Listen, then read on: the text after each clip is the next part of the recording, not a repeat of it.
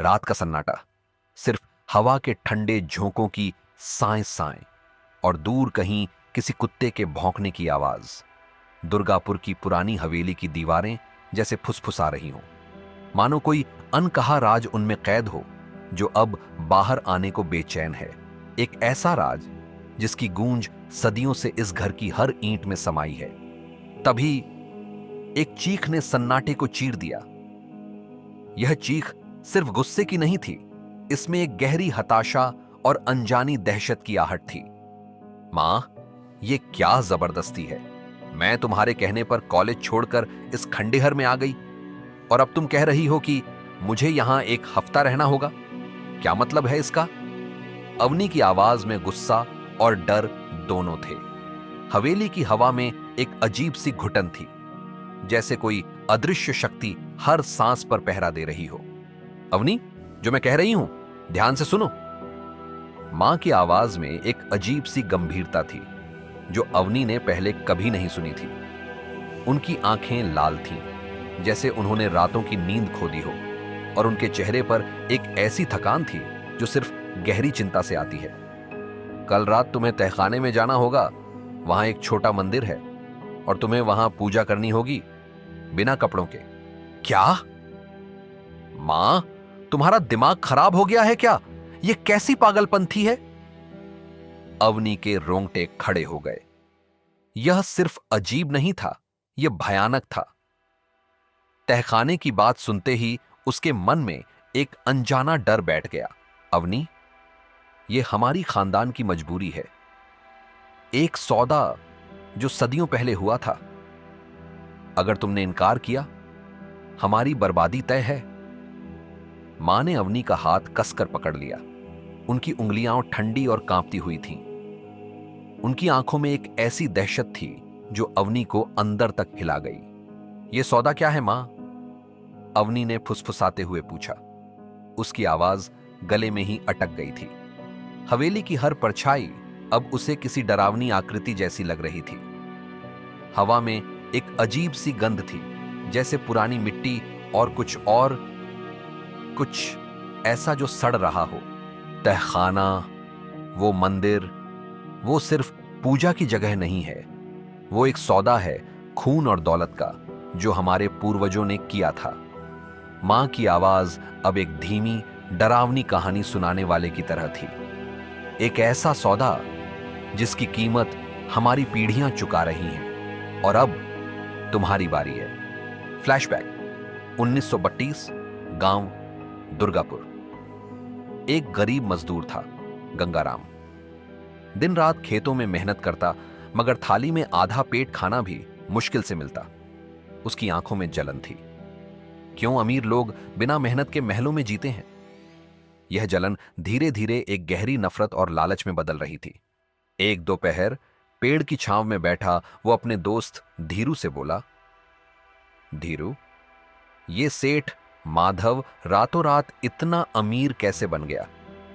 पहले तो वो भी हमारे जैसा था। गंगाराम की आवाज में ईर्ष्या साफ झलक रही थी। उसकी फटी हुई धोती और भूखे पेट ने उसे और भी कड़वा बना दिया था। कहते हैं सेठ के तहखाने में कोई खास पूजा होती है, किसी माया काल रुद्र की। धीरू ने फुसफुसाते हुए कहा। उसकी आंखों में डर था। गांव में यह बात दबी जुबान में कही जाती थी, लेकिन कोई भी इस पर खुलकर बात करने की हिम्मत नहीं करता था। माया काल रुद्र, ये कौन है? गंगाराम की जिज्ञासा जाग उठी। उसके मन में एक अजीब सी उम्मीद पनपने लगी थी। कोई नहीं जानता, लेकिन पिछले साल सेठ के नौकर की लाश कुएं में मिली थी। वो भी कुछ दिन पहले तहखाने के पास देखा गया था। धीरू ने अपनी आवाज और धीमी कर दी, जैसे दीवारों के भी कान हो। कहते हैं जो भी उस तहखाने के राज के करीब जाता है वो जिंदा नहीं बचता। गंगाराम की आंखों में लालच की चमक आ गई। नौकर की मौत की बात ने उसे डराने की बजाय उसके अंदर की लालच की आग को और भड़का दिया। उसे लगा, अगर सेठ माधव अमीर बन सकता है तो वह क्यों नहीं? वो रात को चुपके से हवेली पहुंचा। रात स्याह थी, अमावस्या की रात से भी ज्यादा काली। चांद बादलों के पीछे छिपा था, जैसे किसी भयानक राज का गवाह बनने से डर रहा हो। हवेली की पुरानी दीवारें, टूटी हुई खिड़कियां, सब एक डरावनी चुप्पी में डूबे थे। तहखाने का दरवाजा आधा खुला था, जैसे किसी ने उसे जानबूझकर खुला छोड़ दिया हो। हवा में एक बदबू थी, जैसे खून और लोबान की मिली गंध, जो सदियों से वहां कैद थी। यह गंध इतनी तीखी थी कि गंगाराम का पेट मचलने लगा, लेकिन लालच ने उसे आगे बढ़ने पर मजबूर किया। वो नीचे उतरा। सीढ़ियां टूटी हुई थीं, हर कदम पर एक डरावनी आवाज आती थी। दीवारों पर अजीब प्रतीक बने थे, खून से या किसी और गहरे रंग से। ये प्रतीक किसी प्राचीन भयानक भाषा में लिखे गए थे, जिन्हें देखकर ही रूह कांप जाए। और बीच में एक मूर्ति थी, पत्थर की, मगर मानो जिंदा हो। उसकी खोखली आंखें, नुकीले दांत, 4 हाथ, 2 में तलवारें, एक में कटोरा और एक में कुछ ऐसा जो किसी आत्मा जैसा दिखता था। मूर्ति की आंखों में एक भयानक चमक थी, जैसे वह सीधे गंगाराम की आत्मा को देख रही हो। मूर्ति के सामने सेठ माधव की बहन कमला निर्वस्त्र खड़ी थी, मंत्र पढ़ रही थी। इच्छाओं में सिद्धि को, रुधिर में संपूर्णता को। माया काल रुद्र, स्वीकार करो यह भेंट। धन दो, शक्ति दो, अमृता दो, रक्त से सींचो, आत्मा से भर दो। उसकी आवाज एक अजीब सी धुन में गूंज रही थी, जो किसी इंसान की नहीं लग रही थी। गंगाराम की रूह कांप गई। यह सिर्फ पूजा नहीं थी, यह एक भयानक अनुष्ठान था। उसे लगा जैसे उसकी आत्मा को कोई निचोड़ रहा हो। वो पीछे हटने लगा, मगर तभी कमला की नजर उस पर पड़ी। तू यहां क्या कर रहा है? कमला की आवाज में कोई डर नहीं था, सिर्फ एक अजीब सी खालीपन और क्रोध था। उसकी आंखें लाल थीं, जैसे उसने अभी अभी किसी भयानक चीज को देखा हो। डर के मारे गंगाराम ने पास की लकड़ी उठा ली और वार कर दिया। कमला जमीन पर गिर पड़ी, खामोश। उसकी आंखें खुली थीं और उनमें एक भयानक खालीपन था। गंगाराम ने मूर्ति को देखा। उसकी खोखली आंखें उसे घूर रही थीं, जैसे वह सब कुछ जानती हो। वो मूर्ति उठाकर भागा और अपने घर के चारपाई के नीचे छिपा दी। उसे लगा अब उसकी गरीबी खत्म हो जाएगी। उसे लगा कि उसने मायाकाल रुद्र को अपने वश में कर लिया है। मगर असली खौफ तो अब शुरू हुआ था। सुबह खबर आई, कमला की लाश तहखाने में मिली है। गांव में सनसनी फैल गई। पुलिस आई, जांच हुई, लेकिन कोई सुराग नहीं मिला। गंगाराम ने खुद को बेगुनाह साबित करने की कोशिश की, लेकिन उसके अंदर का डर उसे खाए जा रहा था। गंगाराम डर में जीने लगा। हर रात उसे लगता कोई उसके कमरे में चल रहा है। चारपाई के नीचे से, मूर्ति के पास से फुसफुसाहट आती, खून और खून। ये आवाजें सिर्फ उसके कानों में नहीं, उसकी आत्मा में गूंजती थीं। उसे लगता जैसे मूर्ति उससे कुछ मांग रही हो, कुछ भयानक। वो पागल होने लगा।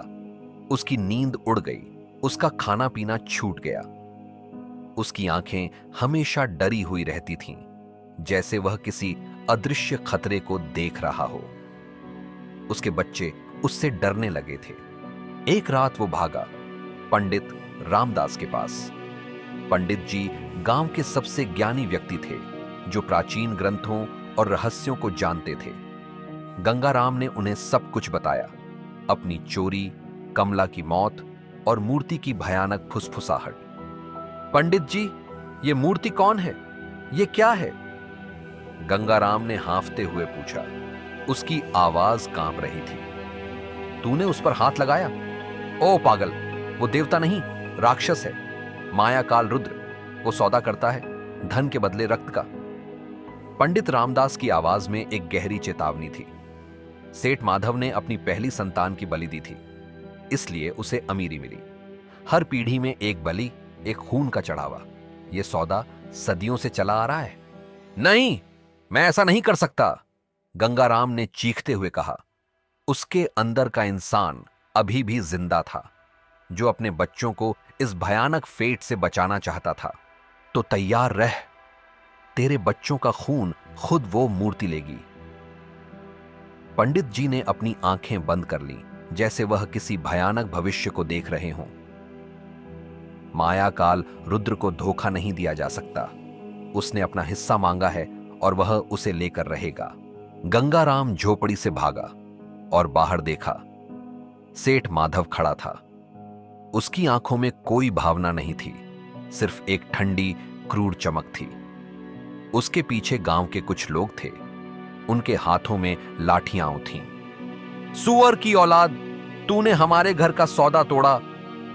सेठ माधव की आवाज में एक भयानक शांति थी, जो किसी तूफान से पहले की खामोशी जैसी थी।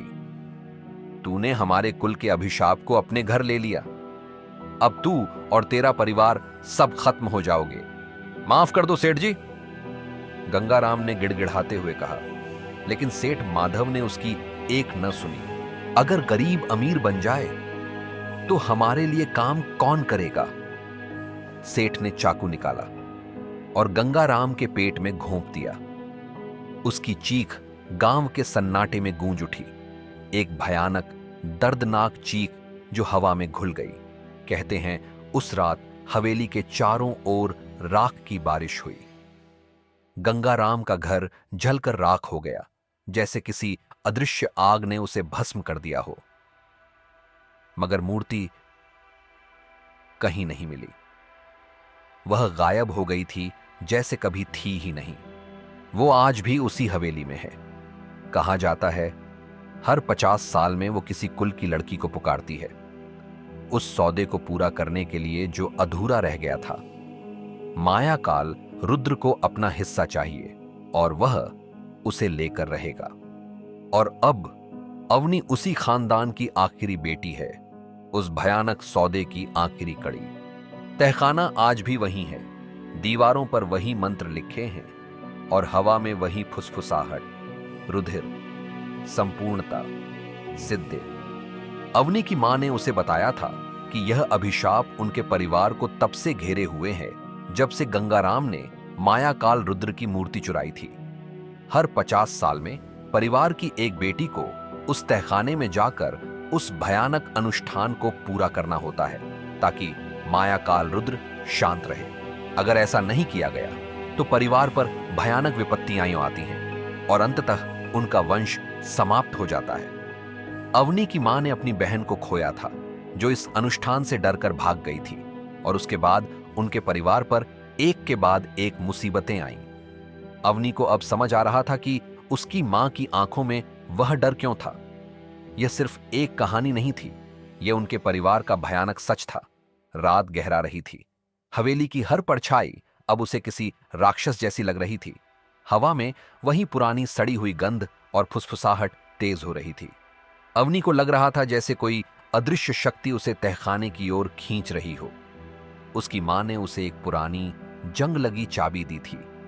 यह तहखाने की चाबी है बेटी, इसे खोना मत। उनकी आवाज में एक अजीब सी निराशा थी, जैसे वह अपनी बेटी को मौत के मुंह में धकेल रही हो। अवनी ने चाबी को अपनी मुट्ठी में कस लिया। उसकी ठंडी धातु उसके डर को और बढ़ा रही थी। घड़ी की टिक टिक की आवाज अब उसके कानों में हथौड़े की तरह बज रही थी। आधी रात होने वाली थी। अवनी ने अपनी आंखें बंद की, लेकिन उसे सिर्फ मायाकाल रुद्र की खोखली आंखें और नुकीले दांत दिखाई दिए। उसे लगा जैसे वह मूर्ति उसे बुला रही हो, उसके खून की प्यासी। वह जानती थी कि उसके पास कोई विकल्प नहीं है। अगर वह नहीं गई तो उसका परिवार खत्म हो जाएगा, लेकिन अगर वह गई तो क्या वह जिंदा बचेगी, या वह भी उस भयानक सौदे का एक और शिकार बन जाएगी? कभी भी किसी पुराने तहखाने में मत जाना, क्योंकि हर पत्थर, हर दरार शायद किसी भूले हुए सौदे का गवाह हो। एक ऐसा सौदा जिसकी कीमत खून से चुकाई जाती है। क्या तुम में इतनी हिम्मत है कि तुम उस तहखाने के राज को जान सको? क्या तुम मायाकाल रुद्र की फुसफुसाहट सुनने को तैयार हो?